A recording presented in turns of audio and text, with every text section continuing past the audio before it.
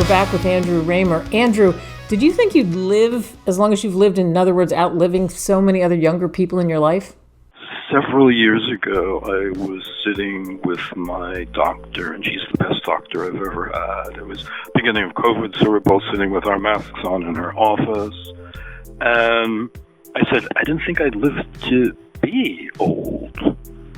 And so many of my family, one of my favorite cousins died at 54. Both of my aunts died in their late 50s. My grandmothers died in their 60s. So many friends and people in my life died of AIDS a long time ago. And I said, I didn't think I'd live to be old. And she leaned over, and I've known her. She's been my doctor for 8 years. I could see the twinkling in her eyes. So she leans forward and points directly at me, and she says, "You're not old. You're ancient." And then we both crack up laughing.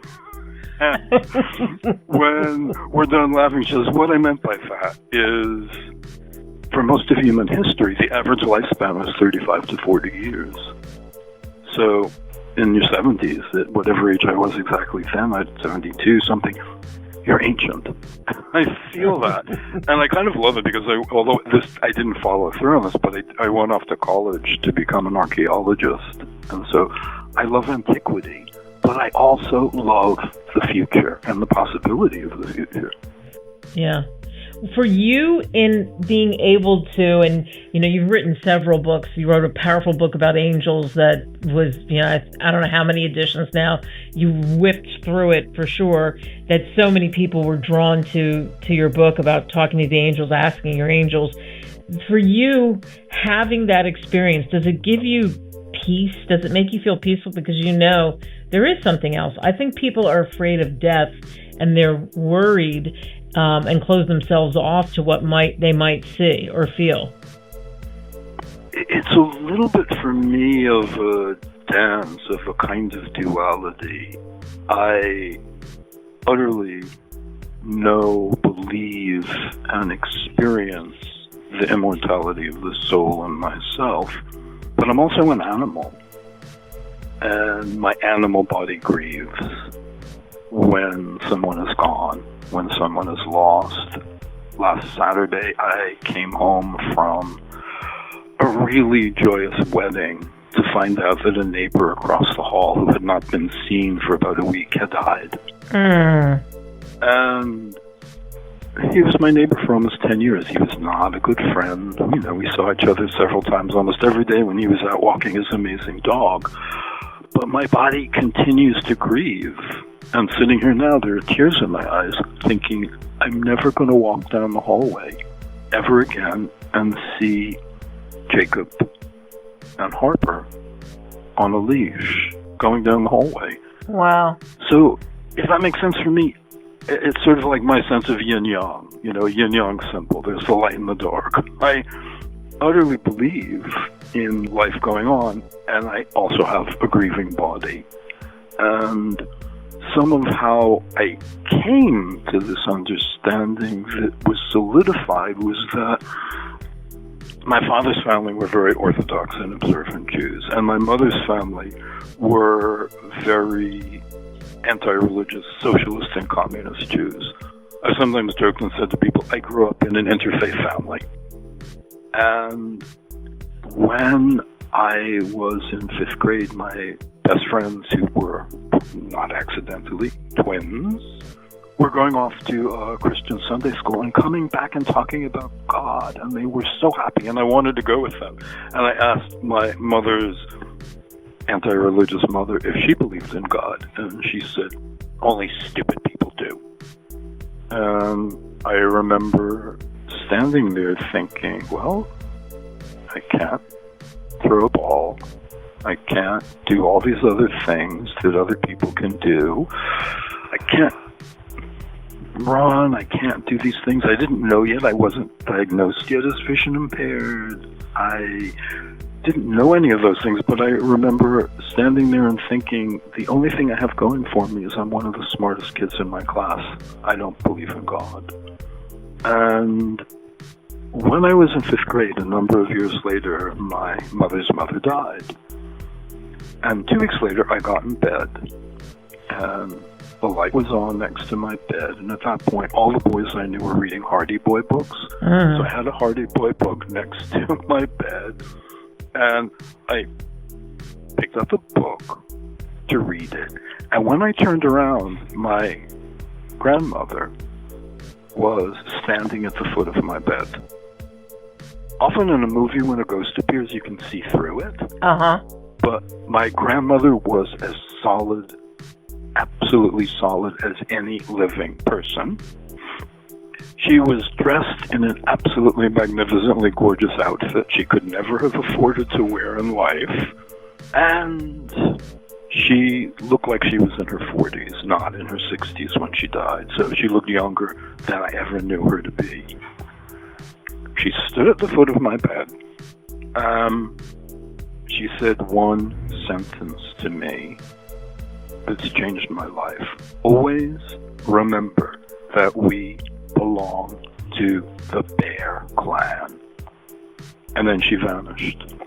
Wow. The Bear Clan. Yeah. I had no idea what she meant. I never told a single person. And about 20 years or so later, I was studying with a Native American teacher. And after one of our gatherings, I said, "Can I talk to you, privately?" And we sat, and I told him the story. And he said, "Wow." He said, "Amongst my people, the bear is a really powerful symbol because of the way they hibernate.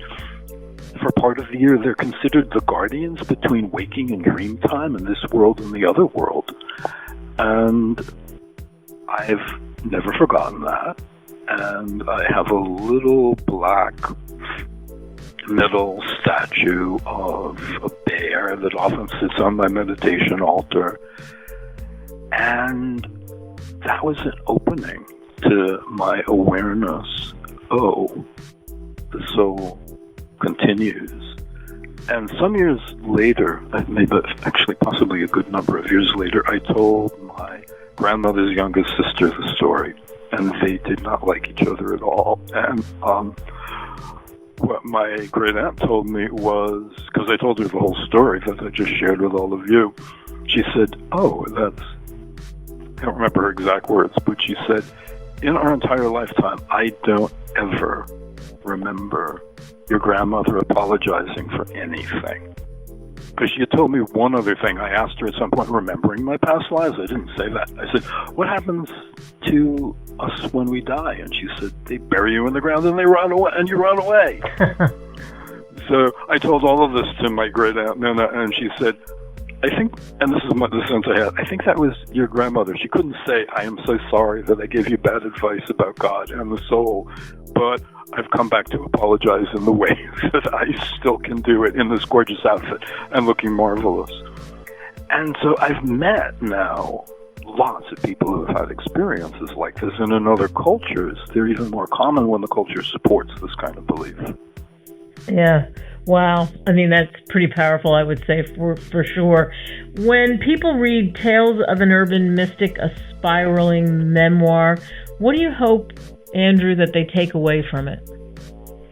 I hope that they take a deep validation of their own experiences, even if they haven't had experiences like this. And I hope that it's a kind of an awakening. Oh, what's in me that I haven't looked at? What's in me that the culture I live in doesn't invite me to look at? What have I brought with me that everybody needs? So if you're listening now, this is my hope, that if you read the book or never read the book and just listening to these stories, that you get a really deep sense that you are possibly a rural mystic and not an urban one. That your journey may not be spiraling, it might be a little bit more direct. You may be, dancing across stepping stones over a stream.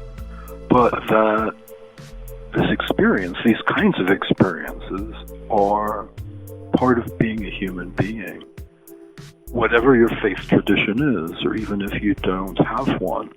Often when I'm teaching, and a lot of the work that I teach is around religion and spirituality, And one of the things that I love to share is that I have a refrigerator magnet that has on it a photograph of the very noted, although lots of people may not know him, but 20th century architect Frank Lloyd Wright. Lovely photograph of him there. And it says off to the side a quote of his, which is, "I believe in God, only I spell it nature." Wow. What a perfect place to end this interview. Andrew, thank you so much for coming on. Thank you.